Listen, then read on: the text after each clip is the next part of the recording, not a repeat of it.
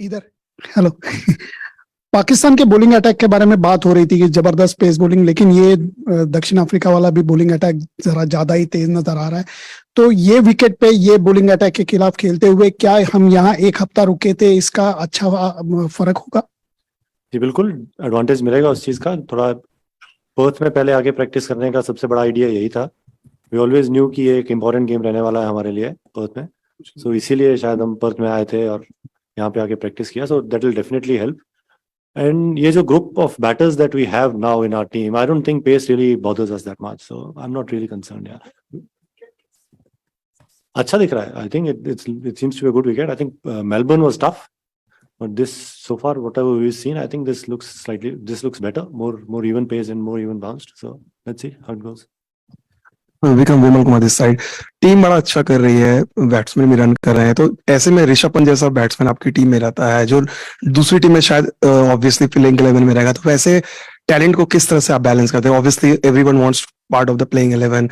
उस दिन भी देखा कि बीच मैच में चल रहा था, उस दिन भी वो प्रैक्टिस कर रहे, तो एज ए बैटिंग कोच आप किस तरह की बातें करते हैं, उनको किस तरह से हैंडल करते हैं? जी बिल्कुल, 11 ही लोग खेल सकते हैं अनफॉर्चुनेटली टीम में। तो I understand Rishabh is an extremely good player और हमने देखा है कि वो क्या कर सकते हैं मैच में किसी भी ऑपोजिशन के अगेंस्ट। तो बातचीत उनसे यही हो रही है कि तैयार रहें, कभी भी मौका आ सकता है, कभी भी अपॉर्चुनिटी आ सकती है। तो उनके लिए इम्पोर्टेंट है कि वो हमेशा मेंटली और फिजिकली तैयार रहें, एंड इज डूइंग दैट। आपने देखा जैसे वो प्रैक्टिस कर रहे हैं लगातार और अपने आप को मेंटली भी प्रिपेयर रखने की कोशिश कर रहे हैं। सो देखते हैं कब मौका मिल सकता है या कब मौका आएगा उनका, बट आई एम श्योर जब भी मौका आएगा he will be ready. Paji, what has gone into the making of Virat's recent form post Asia Cup? Because एक पैटर्न हमने देखा है इन दोनों इनिंग्स में, उन्होंने स्टार्ट पुराने अंदाज में किया, but is finished off well. Has that been a conscious decision? Not really. I think that really depends on the conditions we are playing on. We always pride ourselves to be a team which will take the conditions and situation in the account, and that's what we've been looking to do. And I think the conditions demanded him, or the situation demanded him to play in a certain way, and he's done that. He's good enough a player to change his game or adapt his game to whatever the team requires, and he's done that brilliantly so far. And we know that he'll carry on doing that. Hi Vikram sir, everybody has been talking about the pace and South Africa's pace attack, but there hasn't been like 2 back-to-back games played here yet, and yet I mean the spinners have been getting a lot of purchase on the wicket. Sikandar Raza, Shadab Khan, then even in the Afghanistan-England match. So is Team India looking at it from a different perspective, that where everybody is talking about pace, we can dominate with spin? As I said, we haven't really looked at the wicket yet, and you're right, we're playing the second game, so that'll give us maybe more insight on how the wicket is playing on the day. And all the decisions will be taken, keeping everything in account and, thinking about everything. So we're not ruling out anything at this stage yet. Vikram, South Africa and India have already played 7 T20s this year, but all of them were back in India. Does that have any bearing in terms of the familiarity and stuff? You would know the conditions are different here? Yeah, definitely. The conditions are different. So, but again, as a team, as a batting unit, or as the complete team, actually, we pride ourselves to be able to adapt. And that is what good international team should be able to do anyway. So looking forward to play in these conditions, and let's see how the game goes. Vikram, since the last T20 World Cup, India's batting had become more forceful in the early stages and trying to go hard at it throughout.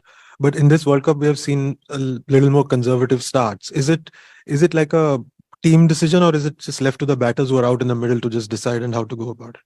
That's what I thought I said earlier also. We are looking to adapt. We, of course, playing with intent is always the goal. We're looking to score runs whenever we can. But then we need to keep in account the conditions that we are playing on, the surfaces we are playing on. I don't think these are 200 plus wickets. So we'll need to adapt. And I think we've done pretty well in that regard so far. Vikram sir, weather के हिसाब से अगर देखा जाए इस world cup में Indian team को उतना फेस करने को नहीं मिला जितना बाकी टीम्स के हुए हैं, लेकिन अगर हम आगे चलते हुए देखते हैं ऐसे कि नॉकआउट मैच सेमीफाइनल में वेदर इफेक्ट होता है, तो उस हिसाब से क्या प्रिपरेशन कर रहे हैं? मैच छोटा होता है तो बैट्समैन का स्ट्रेटेजी क्या होगा, इस हिसाब से क्या प्रिपरेशन में भी आप लोग बात कर रहे हैं? वो प्रिपरेशन चलता ही है बॉस। वो तो मतलब जब टाइम आएगा तो I am sure we are good enough batting unit और bowling unit to adapt very quickly, और वो करेंगे जब भी वो आएगा। उसके लिए कुछ करने को देख रहे हैं। जस्ट प्लेइंग अ क्रिकेट और preparing the way we can the best of our ability, and जब time आएगा, अगर situation कुछ demand करेगा, तो we believe we are good enough a unit to change and adapt quickly. Hope all players are hale and hearty. Sorry? All players are hale and hearty, I hope. They are, yes. Vikram sir, पहले batting करते हुए KL Rahul का थोड़ा सा different approach रहता है, second batting करते हुए थोड़ा सा डिफरेंट रहता है, और ऐसा लगता है जैसे रोहित शर्मा के साथ यह है कि वो थोड़ा सा ज्यादा एग्रेसिव खेलते हैं. क्या आप इसको बता सकते हैं कि दोनों के बीच की जो बैटिंग प्लानिंग है, क्या कम्युनिकेशन है आपकी तरफ से, और दोनों का अपना क्या से है, क्योंकि रोहित ज्यादा एग्रेसिव लगते हैं और राहुल थोड़ा सा मॉडरेट लगते हैं. So हर प्लेयर का अपना तरीका है खेलने का, एंड उन दोनों का भी, you are right, they have their own way of playing और कॉन्स्टिट्यूटिंग देयर इनिंग्स. पार्टनरशिप, अच्छी पार्टनरशिप्स भी वही हैं जहाँ पे दोनों प्लेयर एक दूसरे की फॉर्म उस दिन की देख के एक दूसरे के साथ खेलते हैं, and both of them do that really well. So I am sure जिस दिन किसी दिन अगर राहुल का अच्छी फॉर्म में है और उनके बल्ले से बॉल अच्छा लग रहा है, तो उस दिन वो भी अग्रेसर का रोल कर सकते हैं बड़े आराम से, और वो करेंगे भी. सो ऐसा कुछ नहीं है कि एक का रोल है अग्रेसर का और दूसरे का नहीं है. We are looking to score as many runs as we can as a batting unit. So उसमें जिसको जैसे भी खेलना पड़ेगा, will try and do that. Thank you, all the best sir.